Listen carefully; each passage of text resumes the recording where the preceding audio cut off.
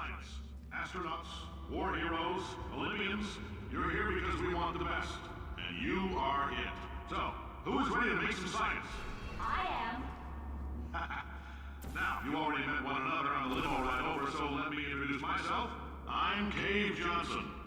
I own the place. That eager voice you heard is the lovely Carolyn, my assistant. Rest assured, she has transferred your honorarium to the charitable organization of your choice. Isn't that right? There's 1,000 tests performed every day here in our enrichment spheres. I can't personally oversee every one of them, so these pre-recorded messages will cover any questions you might have and respond to any incidents that may occur in the course of your science adventure. Your test assignment will vary depending on the manner in which you have bent the world to your will. Those of you helping us test the repulsion gel today, just follow the blue line on the floor. Those of you who volunteered to be injected with praying mantis DNA, I've got some good news and some bad news. Bad news is we're postponing those tests indefinitely. Good news is we've got a much better test for you, fighting an army of mantis men. Pick up a rifle and follow the yellow line. You'll know when the test starts.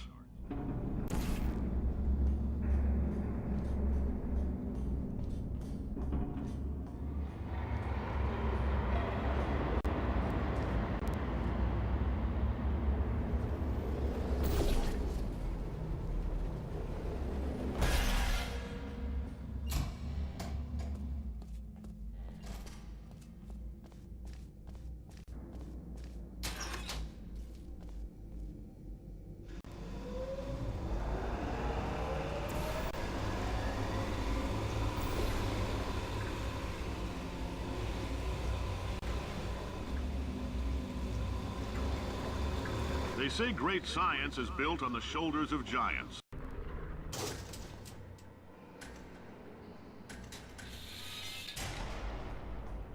All right, let's get started.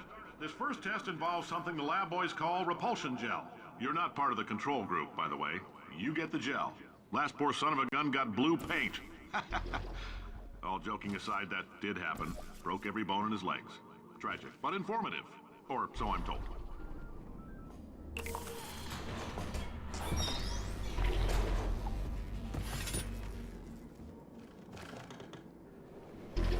The lab boys just informed me that I should not have mentioned the control group. They're telling me I ought to stop making these pre-recorded messages. That gave me an idea. Make more pre-recorded messages. I pay the bills here, I can talk about the control group all damn day. For this next test, we put nanoparticles in the gel. In layman's terms, that's a billion little gizmos that are going to travel into your bloodstream and pump experimental genes and RNA molecules and so forth into your tumors.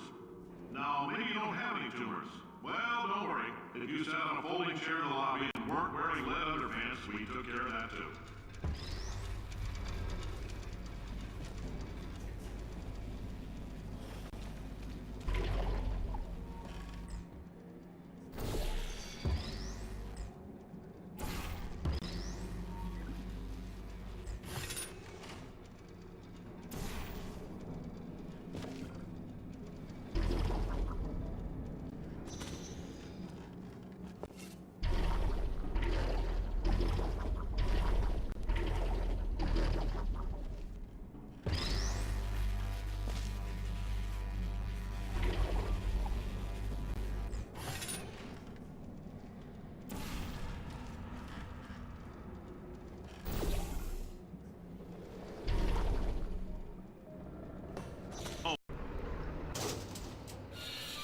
All these science spheres are made of asbestos, by the way. Keeps out the rats.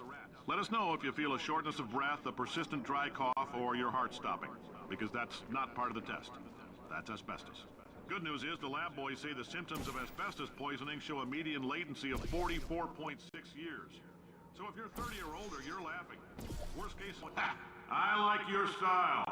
You make up your own rules, just like me. Bean counter said I couldn't fire a man just for being in a wheelchair. Did it anyway. Ramps are expensive.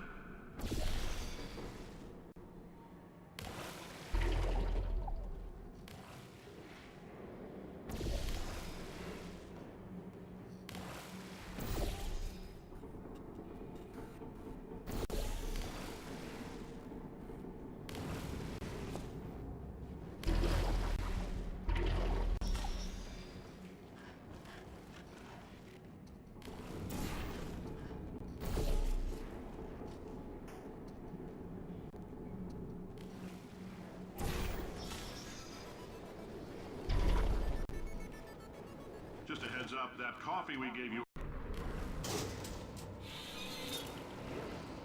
Now, if you're part of control group Kepler-7, we implanted a tiny microchip about the size of a postcard into your skull. Most likely you've forgotten it's even there. But if it starts vibrating and beeping during this next test, let us know.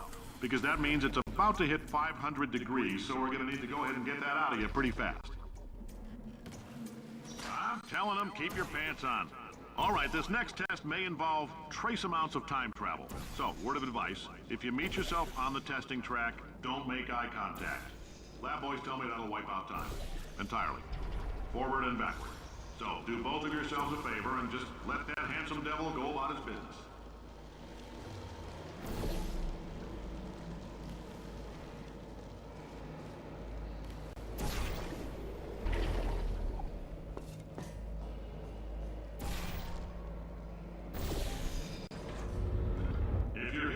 It means you're taking a long time on the catwalks between tests. The lab boys say that might be a fear reaction. I'm no psychiatrist, but coming from a bunch of eggheads who wouldn't recognize the thrill of danger if it had walked up and snapped their little pink bras, that sounds like projection. They didn't fly into space, storm a beach, or bring back the gold. No, sir, we did. It's you and me against the world, son. I like your grit. Hustle could use some work, though. Now let's solve this thing.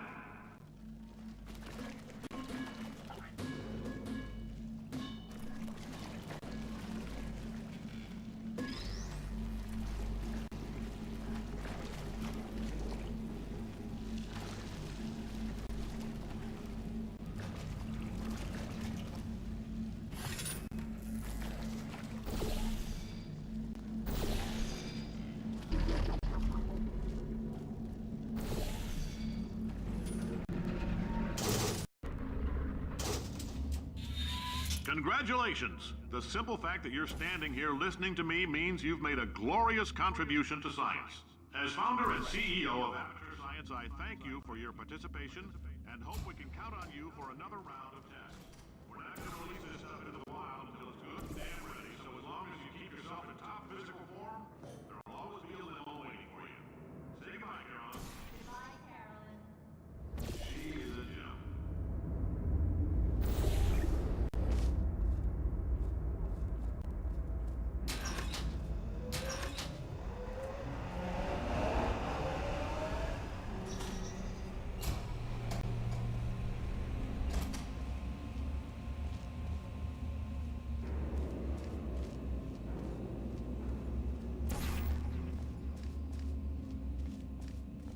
Greetings, friend. I'm Cave Johnson, CEO of Aperture Science.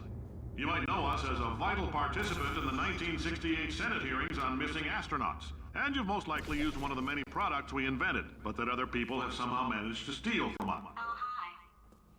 Say, you're good at murder. Oh, thanks. Did you feel that? That idiot doesn't know what he's doing up there. This whole place is going to explode in a few hours if somebody doesn't disconnect him. I can't move, and unless you're planning to saw your own head off and wedge it into my old body, you're going to need me to replace him. We're at an impasse. So what do you say? You carry me up to him and put me back into my body, and I stop us from blowing up and let you go. Ow! You stabbed me! What is wrong with you? Hold on. Do you have a multimeter? Never mind. The gun must be part magnesium. It feels like I'm outputting an extra half a volt. Keep an eye on me. I'm going to do some scheming. Here I go. Whoa, where are we? How long have I been out?